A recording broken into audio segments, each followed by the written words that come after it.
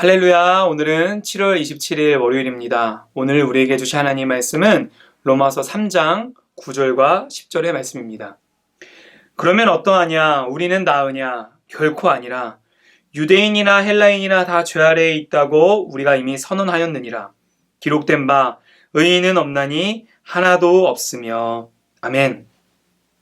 여러분, 이 당시의 유대인들은 한 가지 자부심에 도취되어 있었습니다. 그게 뭐냐면 바로 자신들은 하나님에게 선택받은 백성이라고 하는 선민의식이 있었습니다. 물론 그들에겐 어떤 영적인 열심이, 신앙적 열심이 있었죠. 그 누구보다 열심히 뛰어나게 노력했습니다. 하지만 그들은요, 자신들이 다른 이방인들보다, 다른 민족들보다 영적으로 우월하다. 우리는 의롭다. 너희는 부정하지만 우리는 의롭다라고 자아도취에 빠지는 삶을 살았던 것 같습니다. 그런 그들에게 오늘 이 로마서에서는 바울이 이렇게 말을 하죠. 우리는 나으냐? 그 유대인이었던 바울이 이렇게 말합니다. 우리는 나으냐라고 말을 해요. 그렇지 않답니다. 10절에서 이렇게 말하죠. 기록된 바 의인은 없나니 하나도 없으며. 유대인이나 헬라인이나 이방인이나, 여러분 여기서 헬라인이나 이방인을 말하는 건 전 세계 모든 사람들을 상징합니다. 전 세계 어떤 민족들도 이 모두 죄 아래에 놓여진 똑같은 죄인이라고, 하나님의 진노의 심판을 맞아야 마땅한 죄인들이라고 오늘 바울은 단호하게 힘주어 말하고 있습니다. 여러분, 유대인들이 조금 억울하지 않았을까요? 이렇게 말할 수 있었을 것 같습니다. 아니, 내가 얼마나 신앙적으로 열심히 살았는데, 율법도 지키려고 그랬고, 도덕적으로, 윤리적으로 내가 얼마나 노력했는데 나보고 죄인이라니! 라면서 억울해할 수 있었겠죠. 하지만 여러분, 팀 켈러라고 하는 목사님께서요, 오늘 이 로마서에 나오는 이런 본문을 가지고 이런 식으로 얘기를 하셨었어요. 이곳에서 하와이까지 수영을 한다고 했을 때 초등학생과 고등학생과 수영선수가 수영을 한다고 하겠습니다. 그럼 그때 초등학생, 고등학생보단 수영선수가 수영을 훨씬 잘하겠죠. 하지만 아무리 수영선수일지라도 초등학생이건 고등학생이건 수영선수건 그 미국에서 하와이까지 수영을 해서 가려면 모두 익사할 거라는 것이에요. 무슨 말일까요?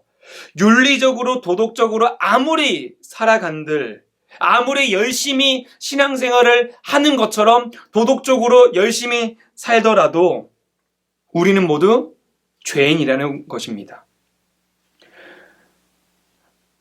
어떤 분들은 좀 억울할 수 있을 것 같습니다. 나 그렇게까지 죄인 아닌 것 같은데, 아니 말씀을 보면 자꾸 나보고 죄인이래, 자꾸 내가 죄졌대, 난 그렇게 나쁜 짓 하며 살지 않은 것 같은데. 이건 그렇죠. 아마 이 영상을 보시는 많은 분들이요, 그렇게 우리가 생각하는 흉악한 나쁜 짓을 저지르며 살아가진 않을 거라 믿습니다. 근데 여러분, 그거 아십니까? 오늘 이 로마서에서는요, 우리가 단순히 어떤 진짜 지극히 나쁜 짓을 해야지만 죄인이 아니라 우리가 살아가면서 하는 아주 일상의 사소한 것들 또한 죄로 이어질 수 있다고 로마서는 말하고 있습니다. 그리고 그것으로부터 자유로운 사람은 없다고요. 우리가 의로워질 수 있는 방법 중에 하나가 율법을 완전히 지키는 겁니다. 하지만 중요한 건 인간은 그 율법을 완전하게 지킬 수 없다는 것이에요. 왜 그럴까요? 여러분, 우리들은 이 사람은 마음에 따라서, 환경에 따라서 많은 영향을 받는 존재입니다. 저만 해도요, 아침에는 제가 기분이 너무너무 좋다가도요, 갑자기 급속도로 배가 고파지면 기분이 안 좋아지더라고요. 저만 이상한가요? 그처럼 우리는 이 상황과 환경에 많은 영향을 받습니다. 그래서 예레미야 17장 9절은 이렇게도 말합니다. 만물보다 거짓되고 심히 부패한 것은 마음이라. 여러분, 인간의 마음이 그렇게 부패하고 더럽다고 말하는 것이에요. 우리는 그 마음을 기준 삼아 살아갈 때에 그 율법을 지키기는커녕 예수님의 삶을 따라가는 데 있어서 한참 떨어진 삶을 살아갈 수밖에 없는 존재라는 것입니다.